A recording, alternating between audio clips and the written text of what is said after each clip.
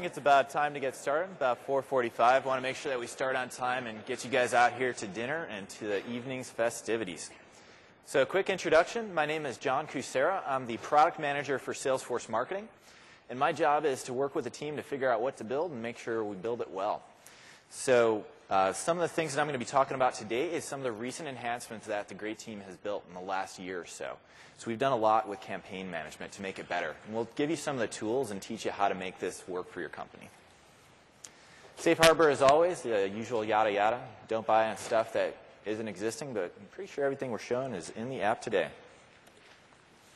So agenda slide. I am going to go straight into demo. So we'll give you one slide and then go. I want to make sure you guys can understand what we actually have in the app and then some of the tools of how you can actually get this enabled. And then Jason's going to talk to you about how to use campaign ROI and his journey with campaign influence. So good storytelling there. So what's the problem we were trying to solve?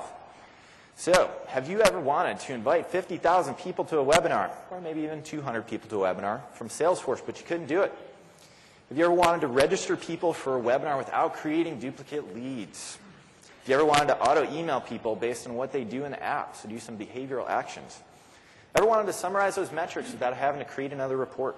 And then what about organizing multiple channels with ease? So there have been some huge changes with Salesforce marketing in the last year. And we've come a long way in the last couple of years to make campaign management much more robust than it used to be. So I'm going to go straight into the demo and show you some of the great changes that we now have in Salesforce marketing. So first thing I'm going to show you is workflow email alerts for campaign members. So in Salesforce, there's a lot of different ways that you can do segmentation. You can go for reports and add a bunch of people to a campaign from there. You can go to manage members, and you can add people from there. That's on the campaign, new UI that we created. You can then create a list view from a lead or contact and add people from there, or you can do it on a one-on-one basis. For demo purposes, I'll just do one person here. Next, let me get to a different lead here, Mr. Bob Jones. So I'm going to clone this guy. Let's say this is somebody in your application. And everything I'm going to show you here scales up to about 50,000 people or more. So you do your segmentation. Let's say it's a report, and we add somebody to a campaign. Let's say we have a webinar coming up where we want to invite a lot of people. Maybe it's something like a new press release for Chatter, and we want to get people involved. So we can add them to the webinar, give them a status of invited, and then click off send. Then if my exchange is going quickly enough, we get a nice email invitation straight with Salesforce workflow email alerts. So this is the first time you can now send emails to both leads and contacts from campaigns.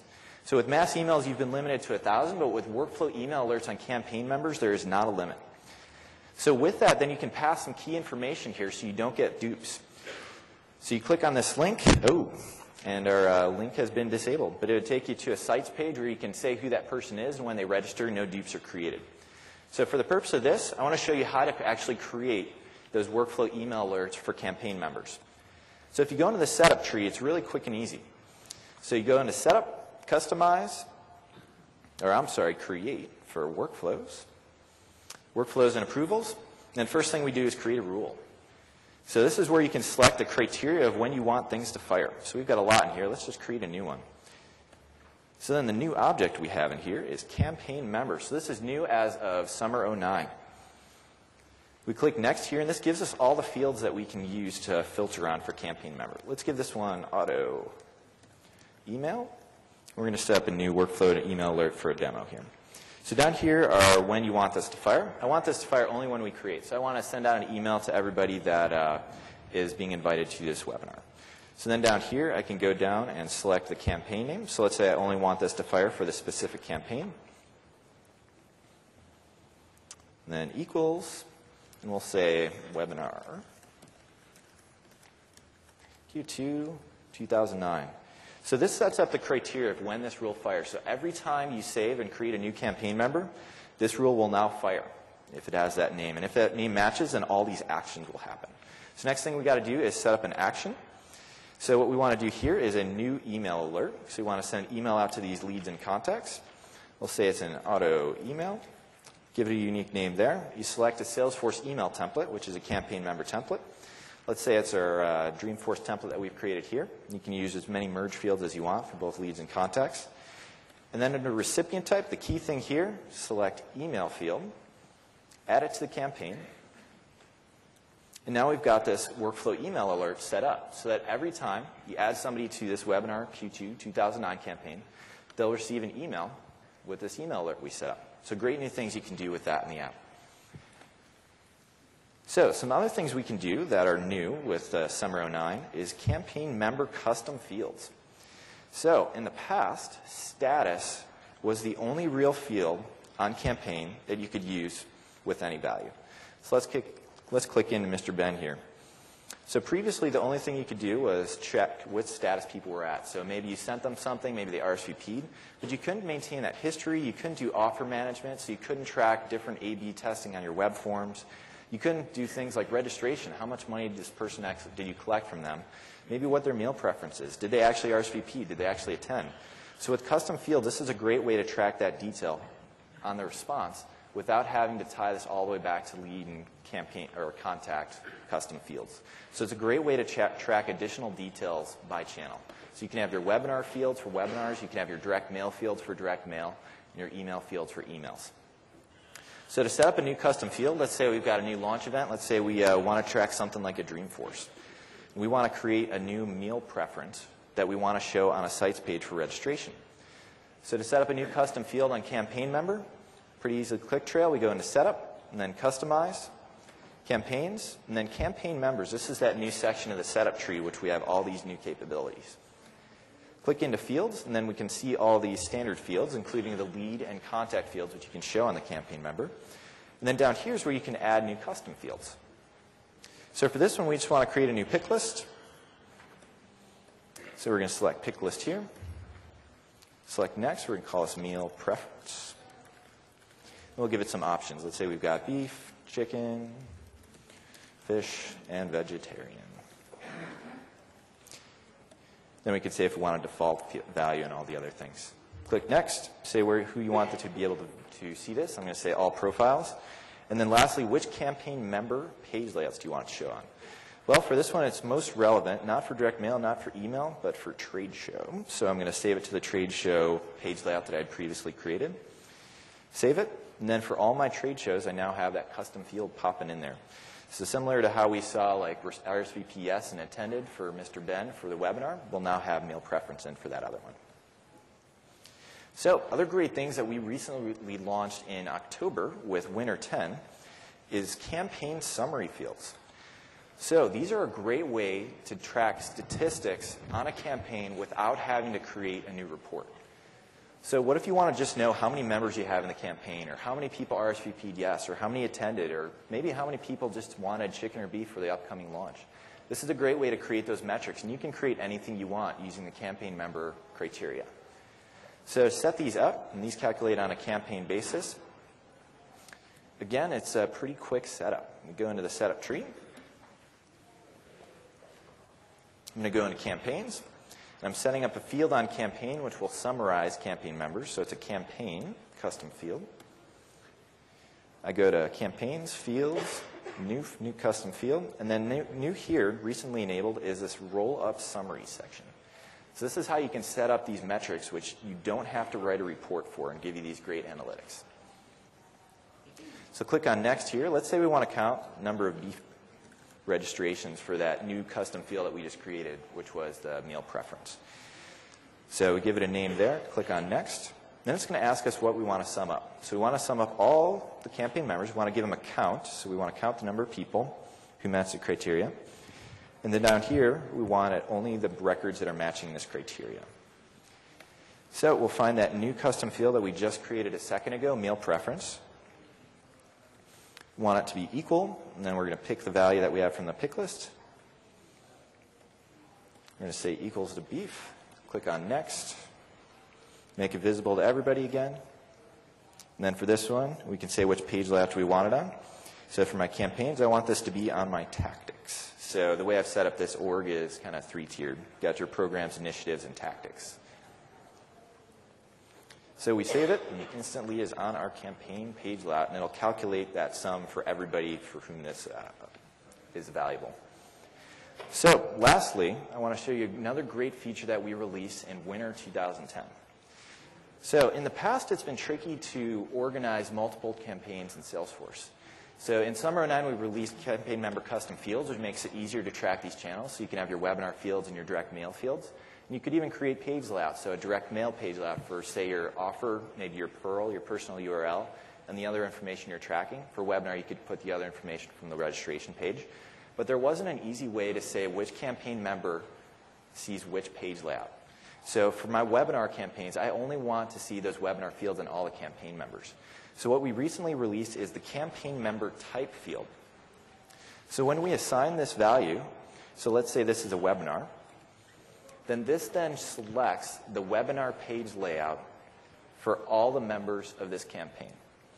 So let's click into one to see what this looks like. So I'm going to go into my hierarchy here so we can see some other members, because this is one of my parent campaigns. So let's go back to our parent using our campaign hierarchies released a little while ago. And we're going to go into our webinar itself.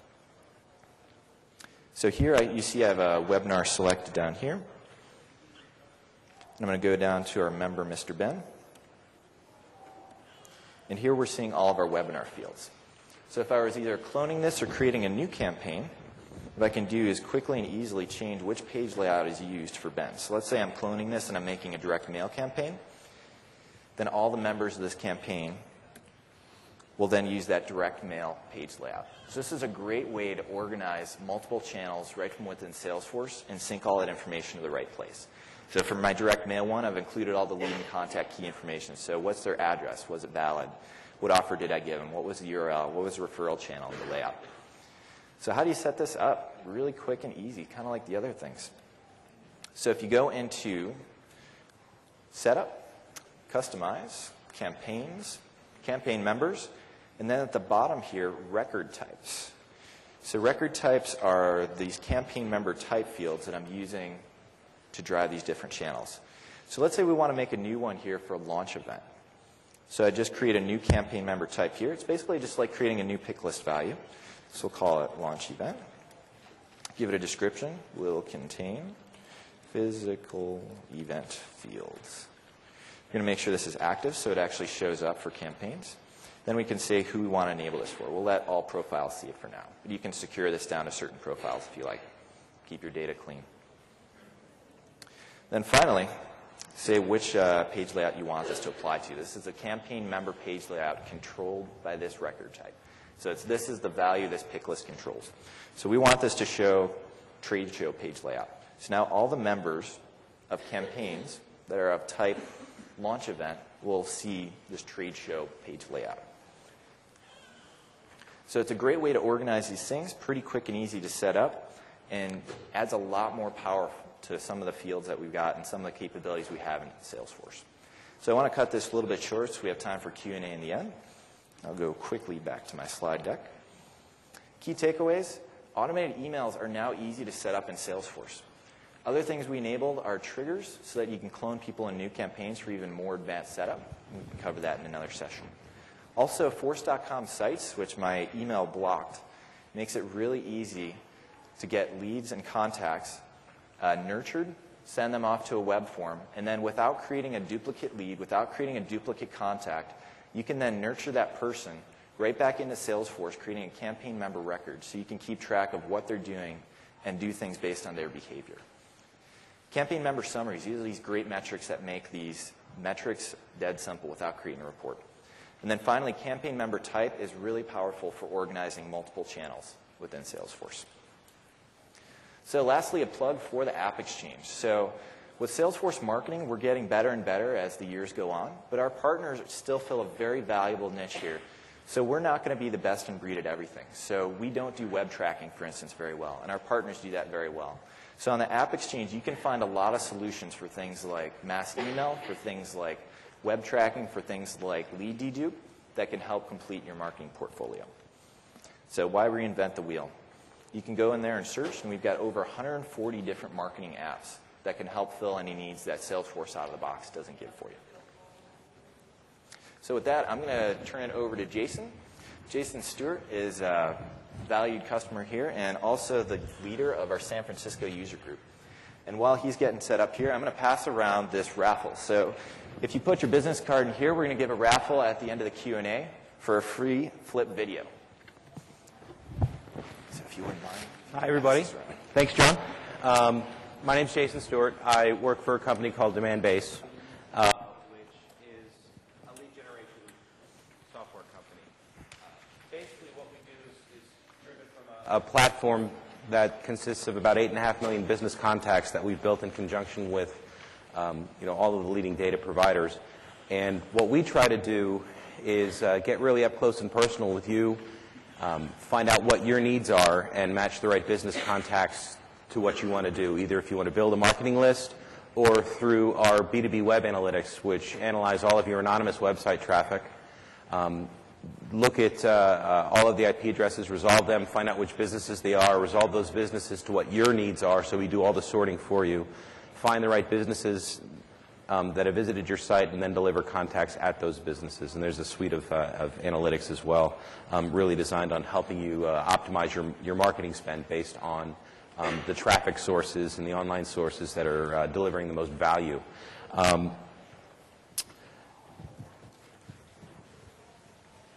I've been a salesforce.com administrator for,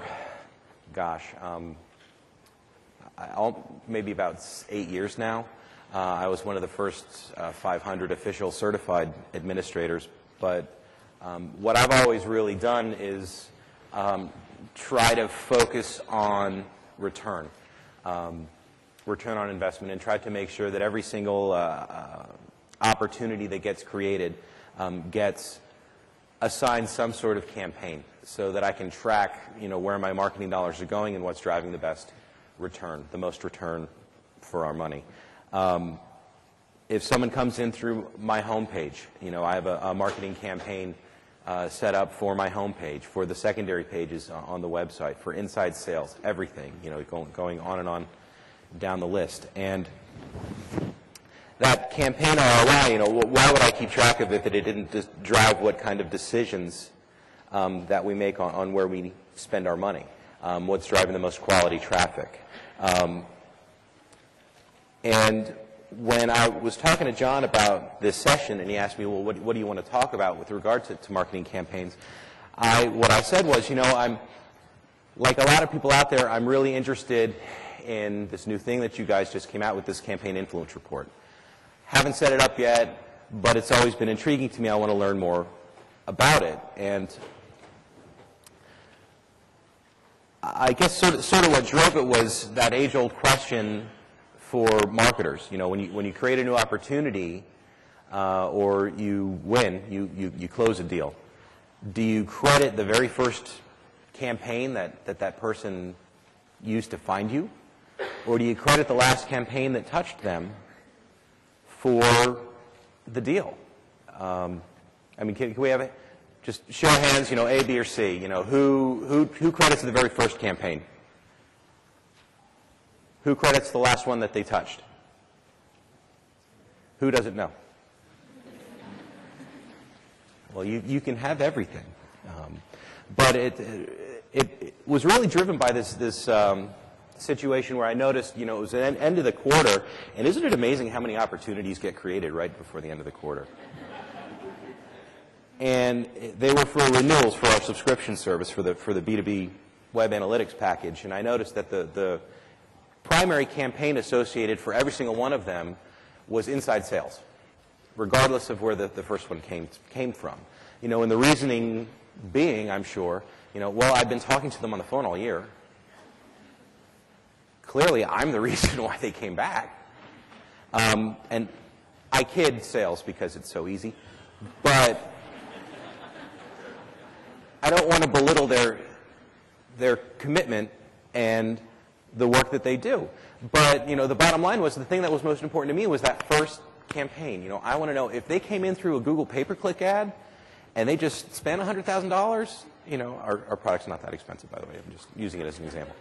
And if they spend a lot of money, then I'm going to spend more on Google, and inside sales and the support team are going to get all the credit that's due to them. But it's very important to me to know what that first thing was. You know, and I did get the salesperson come up and say, well, you know, I did talk to them a lot. I'm like, don't worry. You don't get less of a commission if the lead source wasn't you. It's okay. We're all on the same team, and ultimately what's going to happen is that we're all going to benefit. But it got me thinking, I'm interested in this campaign influence thing because I do want to know how many touches it takes to get to the center of that Tootsie Roll Pop, you know? I do want to know that. So I talked to John. I'm like, I'm going to sort of document my creation of the campaign influence report. So that's what I did. The very first thing you do is, it's pretty easy. You go into the setup section. In the campaigns area, you click on campaign influence, and you click on the button that says enabled. There are a couple of things to think about along the way. Campaign influence time frame. And basically what that means is how old do we want those campaigns to be when they show up in my report? You know, I think a good rule of thumb is if your average sales cycle, you know, from the moment that opportunity gets created to the moment that the opportunity gets closed is 30 days, you know, I would put maybe 45 to 60 days as sort of the influence, because you want to see the things that touched them along the way. And you want to have enough of a time frame that you can make an informed decision about which opportunities are important. I put about 90 days. Originally I had 60, but then my VP of marketing said, well, why is it only 60? I want to know more, so I changed it to 90. You can also look at other factors. You know, for example, I put in that I don't want campaigns with the type product notes to be included in this influence report. And what the product notes are for us is basically when we do a new release and there are some new features and we're just sending out an informational email, you know, here's the new stuff that we just released that you might be interested in, here's where you get more information. I didn't want those to be sort of factored into the campaign influence report. Did I go past it? Also, I was only really interested in the campaigns, in including the campaigns where they actually responded to the campaigns.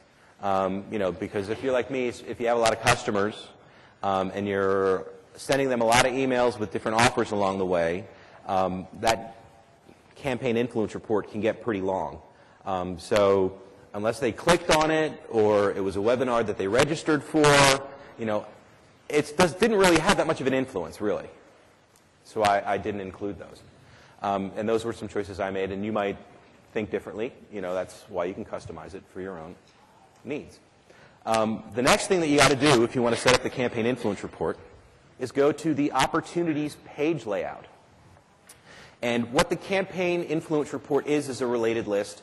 You know, just like the related list that you have in place for the people that are associated with the campaign, you know, and what their roles are. So you go to the page layouts, to the related lists section, and drag campaign influence into the page layout. And then you can also select which fields you want to be shown in the related list.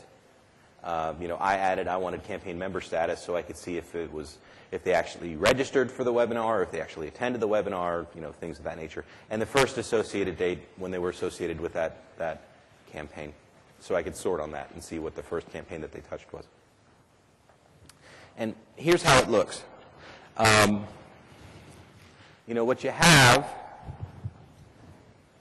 are all of the campaigns that the people that were associated with this opportunity, and that's an important distinction to make. You will only see the campaign influence for the people that are associated with that opportunity. But you will see all of the campaigns that are associated with everyone associated with that opportunity, not just the primary contact. Anyone who's associated as a decision maker, as an influencer, as a buyer, everyone who's associated with that opportunity will show up in this report. And you'll see the campaigns that touch them along the way, the campaigns that fit in with the criteria that you set up in the beginning. Here's the sort of truncated list. You can look at the full list and you can see them all. And the primary campaign source associated with this opportunity is checked. For me, it was he came in through the homepage.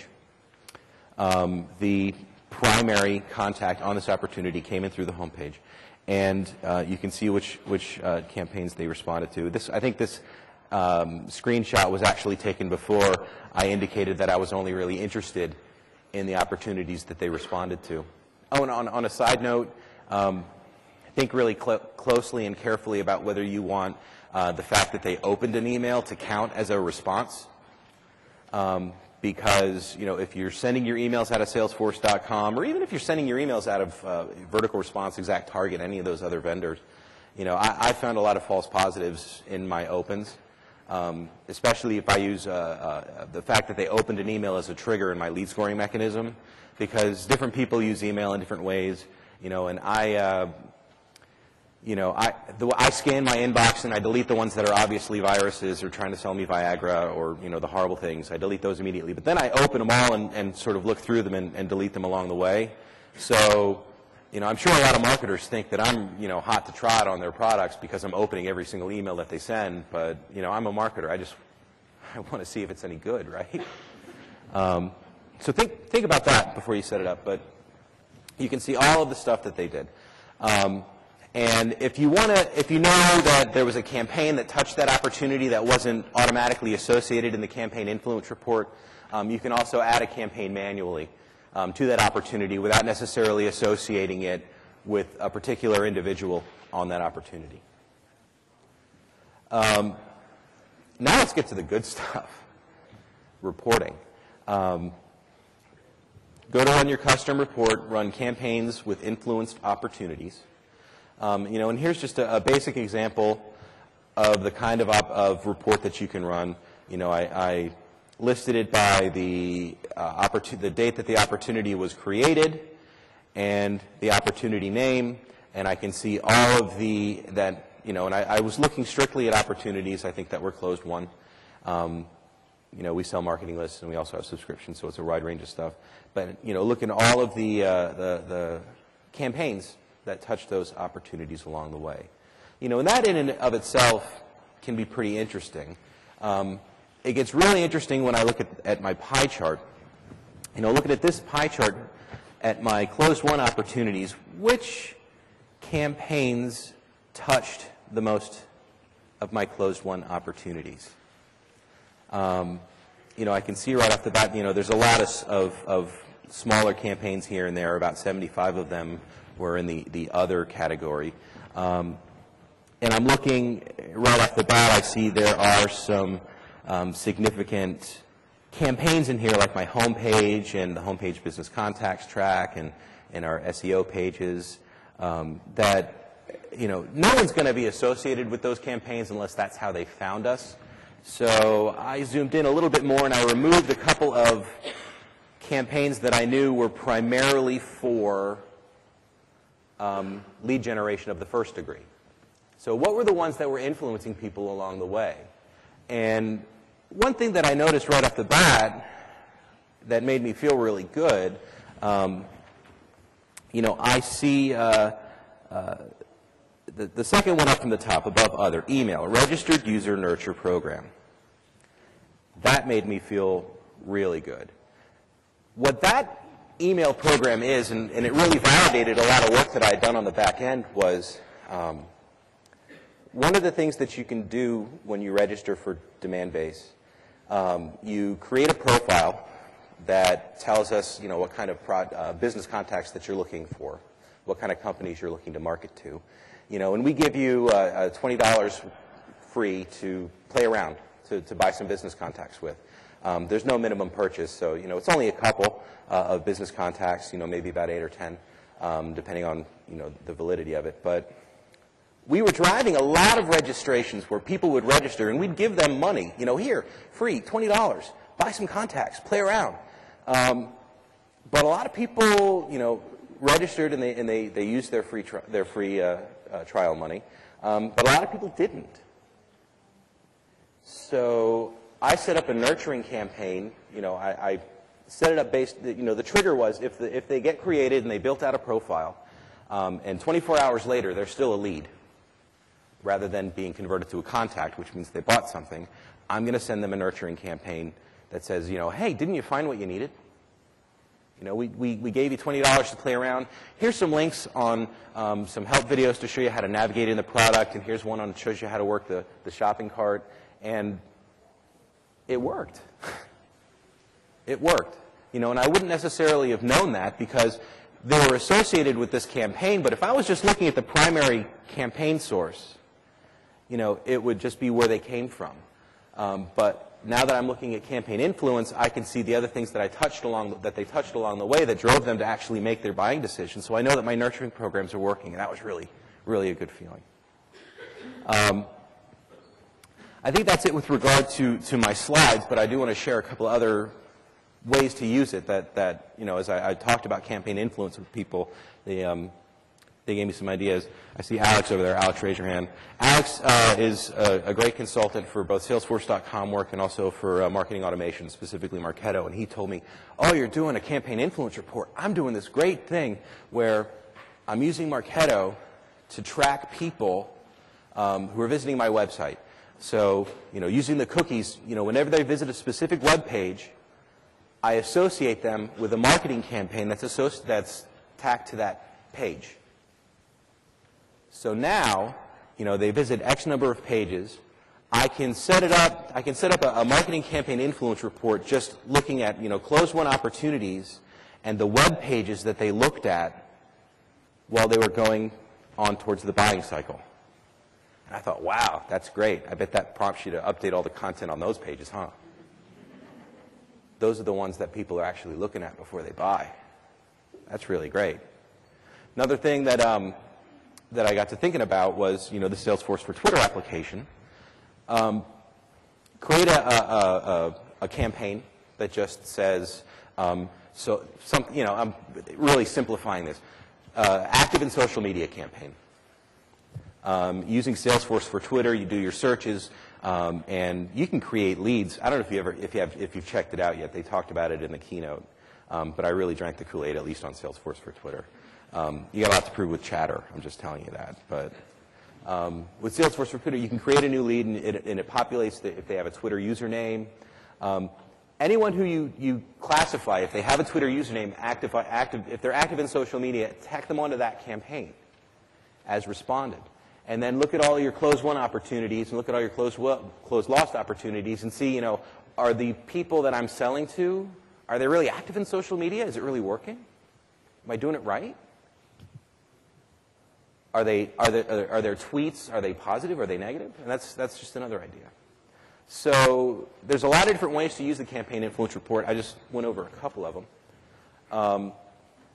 My key takeaways are, that just to make it work, it only works for opportunities where the contact roles are assigned. So if you're not requiring your sales reps to assign contact roles, actual people to the opportunities, it's not really going to work all that well.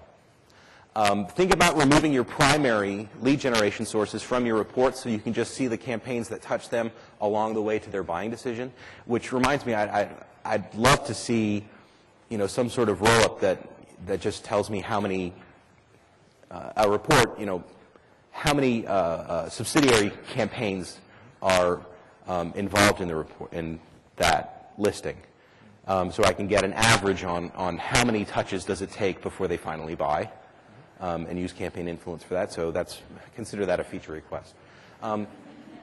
Consider the length of your sales cycle when you're looking at how many opportunities, how many different campaigns to include, and finally consider which campaign types to exclude, or be very strategic with how you classify your marketing campaigns and use them differently for different reports. For example, create campaigns specifically designated as web pages, so you can run a campaign influence web page report or a campaign influence email report, things like that. So those are my key takeaways, but I think that's it. And back to you, John. Yeah, let's open it up for questions. Middle?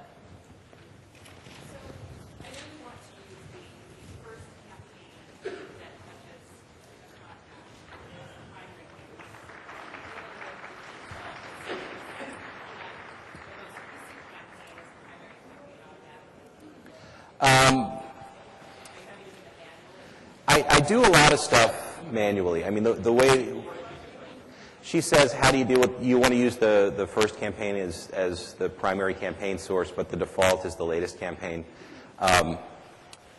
You know, just, we have a, you know, I don't know how unique a setup it is, but, you know, since a lot of our transactions are sort of e-commerce based, where people could go in and buy business contacts, pay with a credit card, it automatically creates, converts them to a contact and attaches the opportunity, the campaign to them.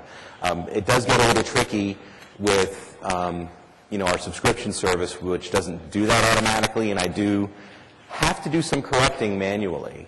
So there's no easy answer there for you, unfortunately. So you know, the answer is I just deal with it. Yeah. And there are some people that use a trigger as a workaround if they have certain criteria. So if they want to change it to the first one, then you can update that field to the first one. It's not great, but at least there's workarounds there.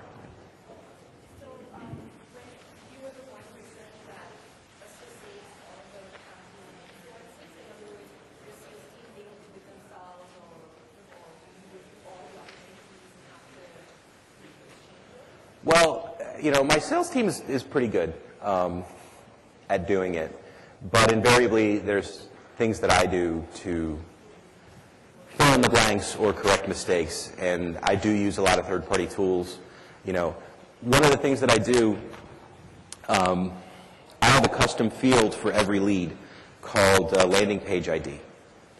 And there are values that get filled in for that landing page ID field that, you know, I'll be able to use to always identify what that first campaign was. So, and this is going to get technical, so if you want to, John, if you want me to take it offline, tell me. So the lead gets created, and I have a hidden value in the form for landing page ID, depending on where they're coming from, that gets filled in on the lead when it gets created. And when an opportunity gets, and this will also answer your question, when the opportunity gets created and that lead gets associated with the opportunity, I can run a report on the opportunities where the opportunity with primary contact report, where I can look at the landing page ID of the primary contact of that opportunity. And then I would use a tool like the Excel connector. You could use the data loader for it. There are other applications out there like CRM Fusion that you could probably use for it.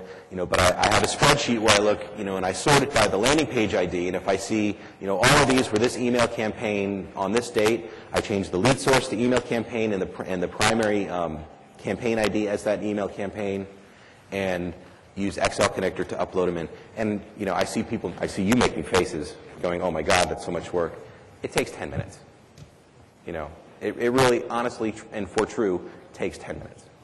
Yeah, as Jason said, the main process change, if you don't do it already, is to have sales add contact roles to the opportunities. That hurts when they don't add the contact roles. So if they're adding the contact roles to the opportunities, everything else is automatic. Shows up in the reports, shows up in the analytics. So if they do that, you're golden. I get pretty rabid about my data quality, so I'm a big fan of the Excel connector and the data loader and all that kind of stuff that just let you make mass changes all at once and upload them all at once based on reporting in a spreadsheet. So happy. All right. Can you use information from the campaign influence report to tie into lead scoring? Yes? Yeah, I think so. Depends how you're doing lead scoring. Yeah. So one of the things released with Summer 09 was triggers. So triggers are great for doing cross-object updates. So I've got an app that I can share with people that basically if you do things on a campaign, you can update a lead score on a lead. So that's one way that you could do that. And then you could have that fire either based on the opportunity or the campaign member. But you could make it work. Most of my lead scoring sort of, rather than being triggered off campaign influence, sort of happens simultaneously to the stuff that they're doing in the campaign. Yeah. Like you can change a lead score based on if the status, if they were invited to a webinar and then they register and their member status changes to registered, they can get 20 points or whatever. So a lot of my lead, or they visit a certain web page, they get X number of points. Or if they visit your employment opportunities page, they lose 50 points. Because they're looking for a job, they're not looking to buy. But a lot of my lead scoring goes on more simultaneous rather than as a result of campaign influence. Other questions? Well, with that, we'll close it off. Oh, we have one more in the back. Oh, who won the flip? I can't hear you.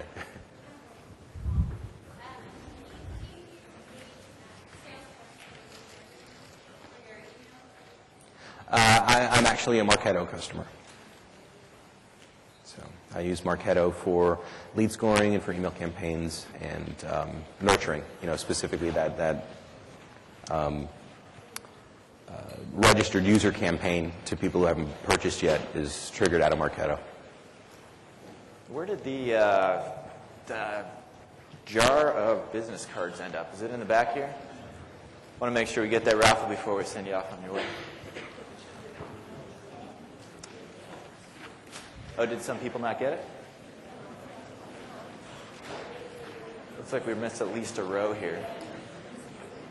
Pass it down. We'll give it another minute. What we can do is send you an email, and you can find me later tonight rather than taking the time for everybody. So feel free to throw your business card in here. We'll have Jason impartially add it to the jar, and then I'll send you an email and find you tonight. So thanks, everyone, for coming. If you have any other questions, feel free to